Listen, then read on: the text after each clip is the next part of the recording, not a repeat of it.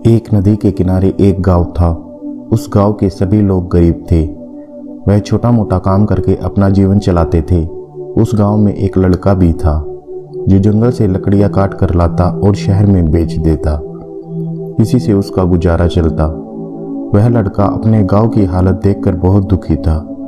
वह गांव वालों को एक अच्छा जीवन देना चाहता था। उस लड़के ने बचपन से ही बड़े बुजुर्गों से सुन रखा था कि यह जंगल बहुत गहरा है और उसमें अधिक धन खजाना छिपा हुआ है। उस लड़के ने सोचा कि अगर उसे खजाना मिल जाएगा तो वह अपने गांव की गरीबी दूर कर सकता है। एक दिन वह सुबह सुबह जंगल की ओर खजाना ढूंढने निकल पड़ा। खजाना ढूंढते ढूंढते वह जंगल में काफी अंदर तक जा पहुंचा।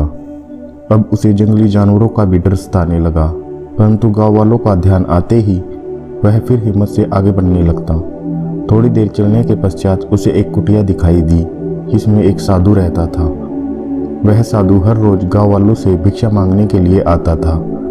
पर्याप्त भोजन न होने पर भी गांव वाले उस साधु को खाली हाथ वापस नहीं भेजते थे।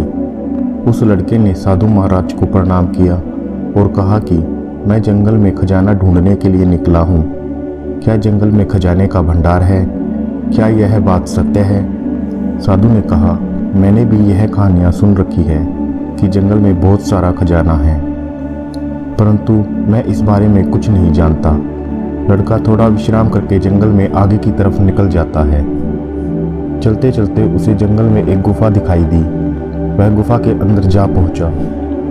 उस गुफा में उसे सोने चांदी के आभूषण और सोने के सिक्के मिले।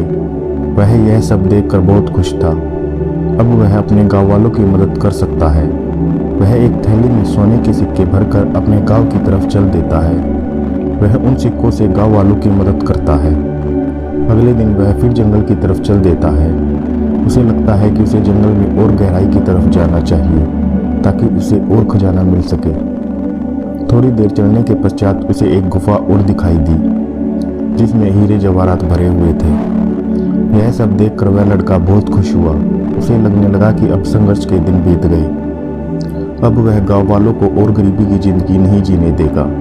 अब वह हीरे जवाहरात थैली में भरकर गांव की तरफ लौट आता है और लोगों के घर के सामने चुपचाप रख देता है ताकि गांव वालों का आत्मसम्मान बना रहे। अब वह हर रोज जंगल जाता और थैला भरकर खजाना लाता और बिना बताए चुपचाप गांव वालों को दे देता। कई दिनों तक ऐसे ही चलता रहा। साधु उसे हर रोज देखता। एक दिन वह जंगल से वापस आ रहा था तो साधु ने लड़के से कहा, तो तुम्हें खजाने का पता चल गया। तुम हर रोज गुफा से खजाना निकाल कर लाते हो और उसे गांव वालों में बांट देते हो। साधु की बातें सुनकर उस लड़के को बहुत हैरानी हुई कि वह साधु उस खजाने के बारे में पहले से ही जानता था, परंतु उसने यह बात पूछने पर भी उस लड़के को और गांव वालों को नहीं बताई। लड़के ने साधु से कहा, हम आप पर अधिक विश्वास करते थे। गांव वालों ने कभी भी आपको बिना भिक्षा के नहीं जाने दिया। आपको पता है कि गांव वाले बहुत गरीब हैं, उनको इस खजाने की बहुत आवश्यकता है, परंतु फिर भी आपने यह रहस्य हमसे छुपाए रखा। आप साधु हैं, आपको लोगों का कल्याण करना चाहिए, परंतु आपने ऐसा नहीं किया। साधु ने उस लड़के से कहा कि मैं आज बहुत भूखा हूँ, मुझे किसी ने अन्न का एक दाना तक नहीं दिया, कृपया मुझे खाने के लिए कुछ दे। लड़का साधु से बहुत नाराज था। लड़के ने कहा, जो आपने किया वो मैं नहीं करूँगा, मैं आपको भिक्षा अवश्य दूंगा, मेरे साथ मेरे गांव चले। साधु लड़के के साथ उसके घर गया। लड़का देखता है कि उसके पास खाने के लिए कुछ नहीं है। लड़का और साधु उस गांव में दूसरे घर अन्न मांगने के लिए जाते हैं। आदमी घर से बाहर निकलता है और कहता है कि साधु महाराज, मेरे पास पर्याप्त अन्न नहीं है, इसलिए मैं आपको सोने के सिक्के देता हूँ ताकि आप अन्न खरीद सके। साधु और वह लड़का सभी गाँव वालों के घर घर जाकर अन्न मांगते हैं, परंतु उन्हें कहीं से भी कोई भोजन प्राप्त नहीं होता। सभी उन्हें हीरे जवाहरात या सोने के सिक्के दे देते और कहते कि तुम बाहर जाकर अन्न खरीद लो। लड़के ने साधु से कहा, मैंने इन लोगों की बहुत मदद की, परंतु आज इनके पास मुझे देने के लिए थोड़ा सा भी अन्न नहीं है। साधु ने कहा, तुमने लोगों को इतना अधिक धन दे दिया कि वह परिश्रम ही नहीं करना चाहते। उन्होंने इस वर्ष फसल ही नहीं उगाई तो फिर अन्न कहाँ से प्राप्त होगा। लड़के ने कहा, यह सब मेरे कारण हुआ है। साधु ने कहा, मैं इस खजाने के बारे में बहुत पहले से जानता था, परंतु यह बात मैंने किसी को नहीं बताई। क्योंकि बिना परिश्रम प्राप्त किया हुआ धन कभी सुख नहीं दे सकता। साधु ने कहा, मेरी एक बात हमेशा जीवन भर ध्यान रखना, तुम किसी को सुख या दुख नहीं दे सकते। व्यक्ति के स्वयं का आचरण ही उसे सुख या दुख दे सकता है। आप कितने भी साधन जुटा लें, ये साधन आपको कभी सुख नहीं दे सकते। आप सुबह से लेकर शाम तक काम करते हैं, आप इतनी मेहनत क्यों करते हैं? यह मेहनत आप साधन जुटाने, सुख और आराम से रहने के लिए करते हैं। व्यक्ति का सुख उसके अंतर्मन में निहित होता है। कोई भी साधन या कोई भी व्यक्ति किसी को सुख या दुख नहीं दे सकता। व्यक्ति के स्वयं का आचरण ही उसे सुख या दुख दे सकता है।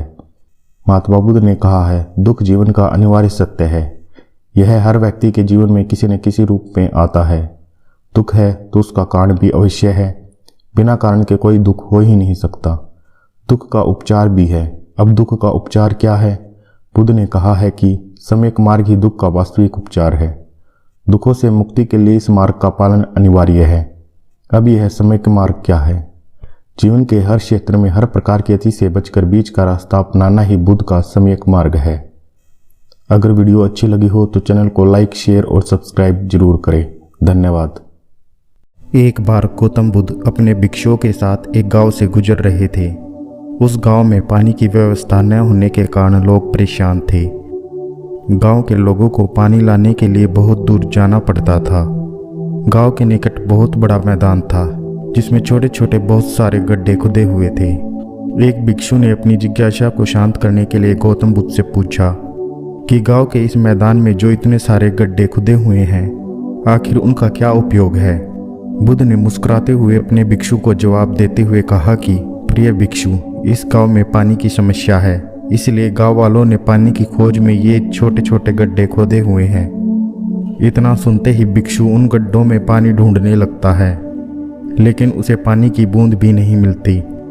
फिर वह गौतम बुद्ध से कहता है कि इन गड्ढों में तो पानी ही नहीं है।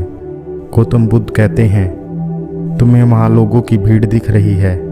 वे सभी लोग गांव से दूर एक नदी की ओर पानी लाने के लिए जा रहे हैं। इस पर भिक्षु पूछता है कि क्या इस गांव की जमीन में बिल्कुल भी पानी नहीं है? गौतम बुद्ध कहते हैं, पानी तो है, लेकिन गांव में ऐसा कोई नहीं है जो पानी को ढूंढ सके। भिक्षु को बुद्ध की बात समझ नहीं आती। तब गौतम बुद्ध कहते हैं, गांव के लोगों ने पानी की खोज में ही मैदान में इतने सारे गड्ढे तो कर दिए हैं, लेकिन इसके बावजूद उन्हें पानी प्राप्त नहीं हुआ। तुम जानते हो ऐसा क्यों है? इसका कारण यह है कि समस्या के समाधान के लिए सही जगह परिश्रम नहीं किया गया। यदि गांव के लोग अलग अलग कई गड्ढे करने की बजाय सही दिशा में केवल एक गड्ढा करते तो उन्हें सफलता अवश्य मिलती। इसी प्रकार मनुष्य का मन भी ठीक इसी तरह से 100 दिशाओं में भागता है। यदि मन को एक दिशा में केंद्रित करके काम किया जाए तो लक्ष्य अवश्य ही प्राप्त किया जा सकता है। असफलता का कारण सिर्फ और सिर्फ मन का चारों ओर भटकना ही है।